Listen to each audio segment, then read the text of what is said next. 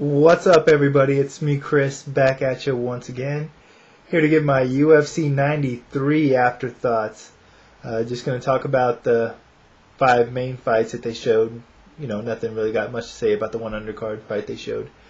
Anyways, first fight of the night, Marcus Davis against Chris Lytle.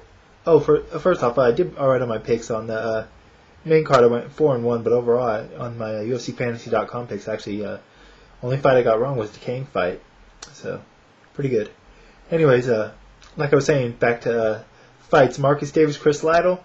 It's a pretty good fight. Marcus Davis wins the decision. Pretty clear cut. It was a split decision, but I don't think it should have been. I think it was pretty clear that Marcus Davis won that fight.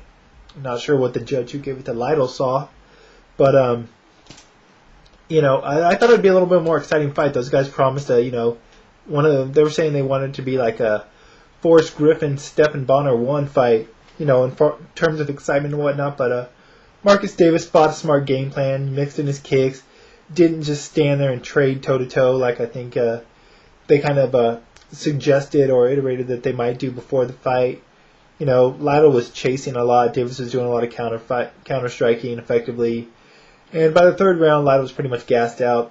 Davis kind of took it to him in that round, and Lytle was just swinging wildly. It was a pretty good fight, but didn't live up to what they had built my expectations of the fight to be, so I don't know. Whatever. Anyways, next up, Alan Belcher wins by a second round guillotine over Dennis Kang. I thought Kang was going to win this fight. I thought he was a better all-around fighter, and he displayed that in the first round, maybe and a half. First round, he was getting a lot better on the feet, where I thought Belcher would have the advantage. He was landing a lot of good punches. Belcher didn't really throw a whole lot.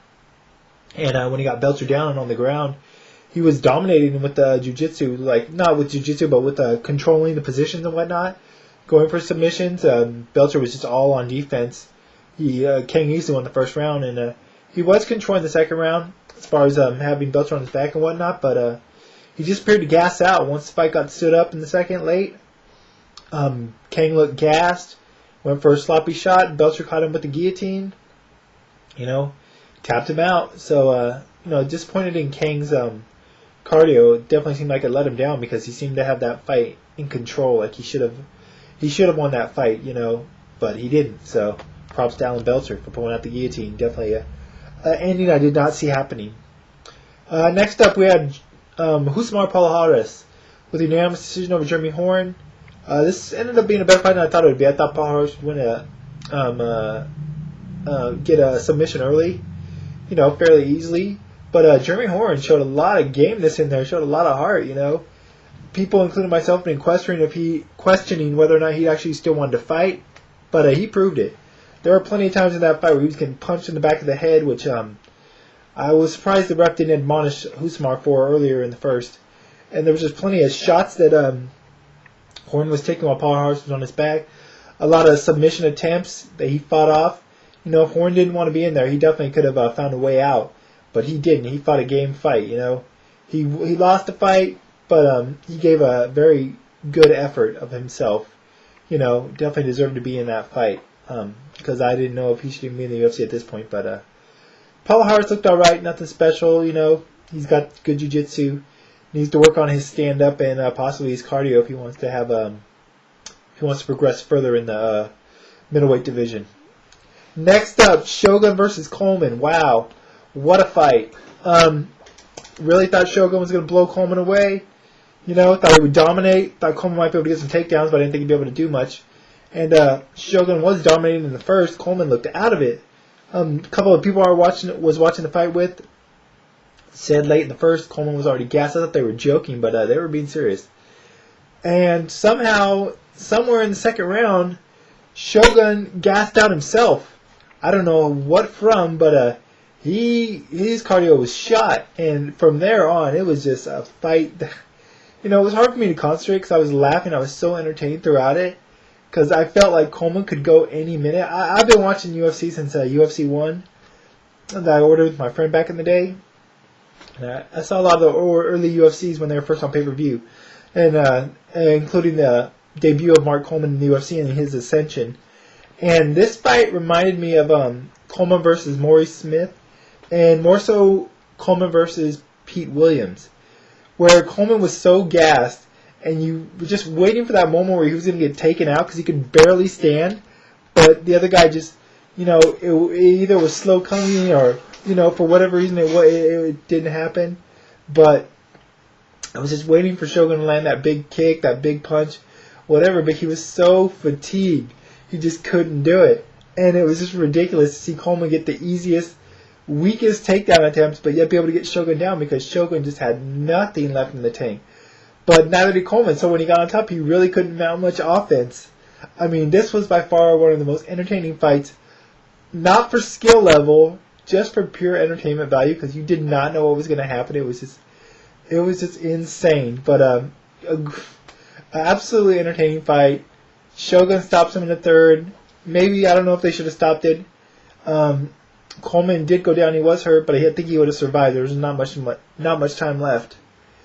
But either way, it looked like Shogun was going to win the fight, regardless. But just an insanely entertaining fight, if nothing else. But Shogun just does not look like the Shogun of old. The Shogun that was in Pride. If any of you guys saw him back then, just doesn't look like the same fighter for whatever reason. And now he's got a fight lined up against Chuck Liddell in April. I don't think that's enough time to recover fully. I don't think that's enough time to get in a good tip-top shape. And I just think styles-wise, the way Shogun's looked in his first two fights in the UFC, I don't think that fight bodes well for him. Last fight of the night, Henderson versus Franklin. Henderson wins a split decision. Pretty good fight. I thought I had Henderson winning 2-1, but I could see giving the fight to Franklin. Not 30-27 as one judge did. I could have seen it going 2-1 either way, but if that fight had gone another round or two, I think Franklin definitely would have won. He had a lot more left in the tank by the third round than Henderson did. Henderson was almost not in a survival mode, but he just didn't have a lot left. He didn't have a lot to offer. It's a good thing he seemed to bank those first 2 rounds, because the third round was definitely Franklin's, in my opinion. What else do I want to say about this fight? Oh, Franklin was coming on in the third, was pushing it, and unfortunately got inadvertently poked in the eye. Definitely halted his momentum. After that, he didn't really throw much, even though there wasn't much time left. But, the thing about Franklin, I don't think he could have finished Henderson, but I think he could have been a little bit more effective if he would have pressured him just a little bit more in the third. Henderson seemed to have no gas left, but Franklin seemed to be very wary of Henderson's big right, which I understand. Henderson has a big right.